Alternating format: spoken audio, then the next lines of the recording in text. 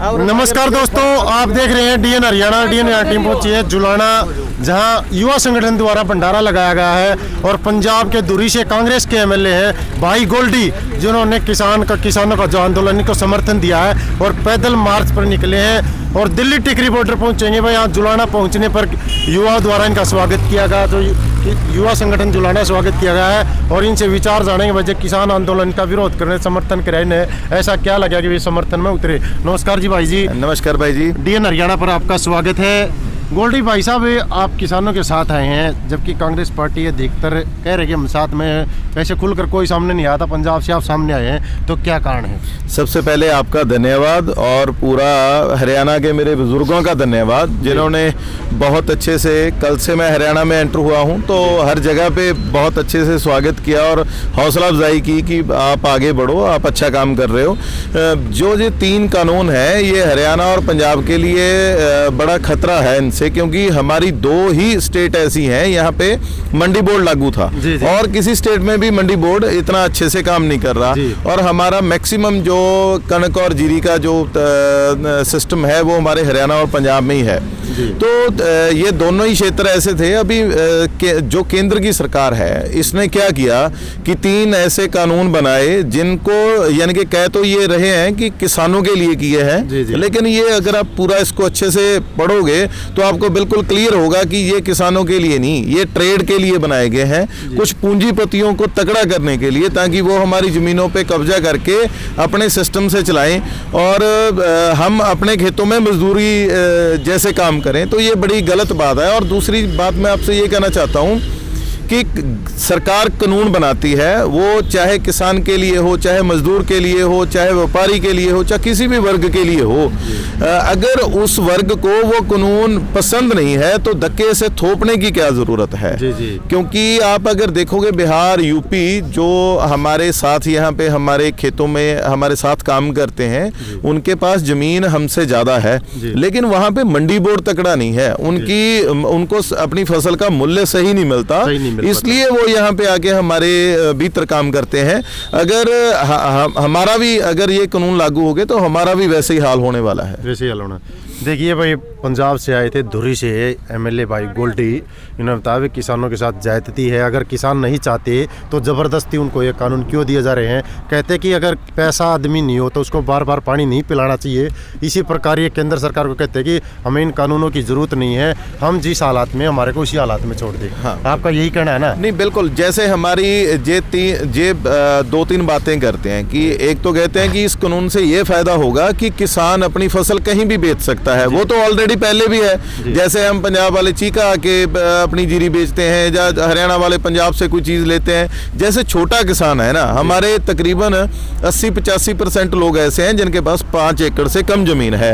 उसकी अगर फसल ही 1 या 2 ट्राली हो तो वो अपना तेल हरियाणा वाला किसान पंजाब में क्यों जाएगा, या पंजाब वाला किसान हरियाणा में क्यों जाएगा, या हरियाणा वाला किसान यूपी में क्यों जाएगा। इतनी दूर हमारा तेल का ही खर्चा इतना हो जाएगा कि हमारे लिए ये तो पहले भी था, इसको यानी कि ये चीज नहीं माननी चाहिए। और दूसरा जो एमएसपी का सिस्टम है, मिनिमम सपोर्ट प्राइस, हमें जब फसलों का मिनिमम, वैसे तो ये नहीं कि सिर्फ इसलिए बात कर रहा हूं, इसमें और भी बहुत सारी ऐसी चीजें हैं जो किसानों के लिए करनी चाहिए थी। अगर ये इन्होंने कानून पास करने हैं तो ऐसा कानून पास करें कि जो भी हमारे खेतों में फसल उगती है उसका हमें सही समर्थन मूल्य दिया जाए।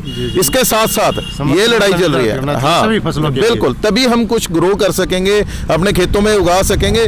अब मैं एक छोटा किसान हूँ, मैंने आलू भी बोए हैं, मैंने सब्जी का काम भी किया है, और हमारे संगरूर में एक पेप्सी की फैक्ट्री है जहाँ पे आलू खरीदते हैं। जब हम 3-3 दिन पहले वहाँ पे वेट करते थे और 3 दिन बाद जब वो आलू लेते थे, उन्होंने छालना लगा रखा है। वो जो छोटा आलू होता है उसको बाहर निकाल देते हैं, ठीक है ना, और हम वहीं पे फिर वो हमें अपने मूल्य के हिसाब से वो उसका मूल्य, मजबूरी होती है, ठीक है ना। अभी एक हरियाणा की मैं एग्जांपल देता हूँ और पंजाब की, हमारे दूरी में एक प्राइवेट मिल है, ठीक है ना। प्राइवेट मिल, हरियाणा का किसान भी वहाँ पे गन्ना बेचता है और पंजाब के भी। वो प्राइवेट मिल कई महीने निकाल देती है पेमेंट देने के लिए, ठीक है ना। किसानों को धरने प्रदर्शन करने पड़ते हैं वो पेमेंट लेने के लिए। अभी जब ये सारा प्राइवेट हाथों में आ जाएगा जो सारा सिस्टम, तो हम कहाँ पे धरना लगाएंगे, कहाँ पे प्रदर्शन करेंगे। हमारा जो मूल्य है अभी तो हमें पता है कि हमारी इतनी क्विंटल की कनक होगी, इतनी क्विंटल जीरी होगी, इतना मूल्य हमें मिलेगा और हम अपना पूरे साल का सिस्टम बना लेते हैं। जब हमें पता ही नहीं होगा, और आड़तीए का और जो किसान का आज का नहीं, ये सदियों से चलता एक रिश्ता है। आप आड़तिया हो, मैं किसान हूँ, मैंने आपके पास मैं फसल रखता हूँ, तो आप मेरे को कभी साल में जितनी भी ज़रूरत होती है, 1000 की 2000 की, क्योंकि कबीलदारी इतनी होती है, कोई 5000 की, तब मैं आसानी से ले सकता हूँ। मेरे को पता है कि बाद में मैं अपनी फसल में कटवा दूंगा। पक्ष में तो मोदी जी कह रहे हैं कि सालाना 6000 की, इनको 3 किस्त हम दे रहे हैं, 2000 की, और जो किसानों के आगे दुगुनी करने के लिए ये कानून लाए हैं। यार ये पैसे ना अभी दिए हैं इन्होंने, जब हम धरने पे बैठे हैं सारे किसान, ठीक है ना, वो तो मुंह बंद करने के लिए दिए हैं, भी हम बोल सकें। अभी देखो सीधी सी बात है, इसमें ज्यादा हम लंबी चौड़ी बात नहीं करते।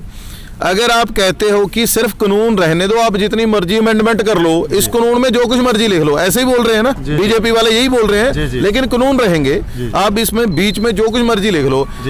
इसमें क्या हमें नजर आ रहा है कि फिर अपने कानून धक्के से क्यों रखने हैं? अगर हमने बीच में संशोधन करना है तो आप मान तो गए ना कि ये कानून गलत बने हैं, और मान लिया है। कुछ तो पराली जलाने वाले हैं, प्रदूषण वाला कानून एक दो अभी वापस लिया है उन्होंने, बिजली वाले कानून भी वापस लेने के लिए केंद्र सरकार तैयार है। हाँ, ये और अभी जो देश के अन्य कई किसान संगठन हैं जो सरकार के साथ हैं, उनके बारे में आपका क्या कहना है? देखो अलग अलग हर एक की सोच है। हम डेमोक्रेटिक कंट्री में रहते हैं, सभी का अपना व्यू है, कोई कैसे बात करता है, कोई कैसे बात करता है, लेकिन आप अगर मैक्सिमम देखोगे तो हरियाणा पंजाब ने इसको लीड किया, इस एजिटेशन को। अभी आप पूरे देख सकते हो, पूरे भारत का किसान, चाहे वो यूपी का हो चाहे बिहार का हो, उनको पता लगने लगा जैसे कि क्या इसका नुकसान क्या होगा। तो वो भी सभी, आप कल भी देखे कैसे बैरिकेड तोड़ेंगे, ठीक है ना।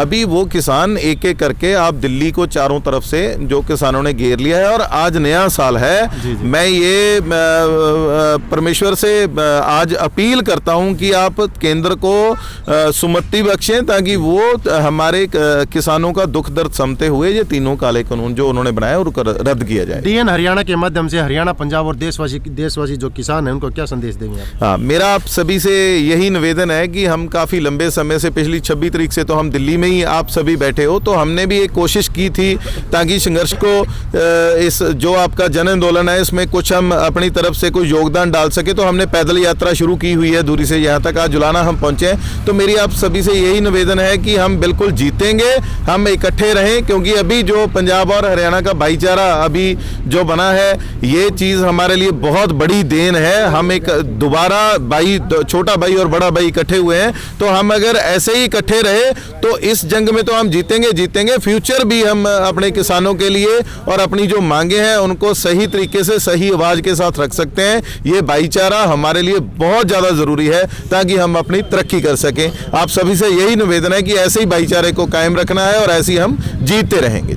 जय जवान जय किसान। गोल्डी जी, आपको एक बार की शुभकामनाएं डीएन हरियाणा परिवार की तरफ से, और जो डीएन हरियाणा देख रहे हैं भाई, जो भाई उन सभी को 9 वर्ष की शुभकामनाएं इसी तरह मने रही है डीएन हरियाणा के साथ। डीएन हरियाणा के लिए मैं दिनेश जुलानिया, जुलाना से। थैंक यू भाई साहब।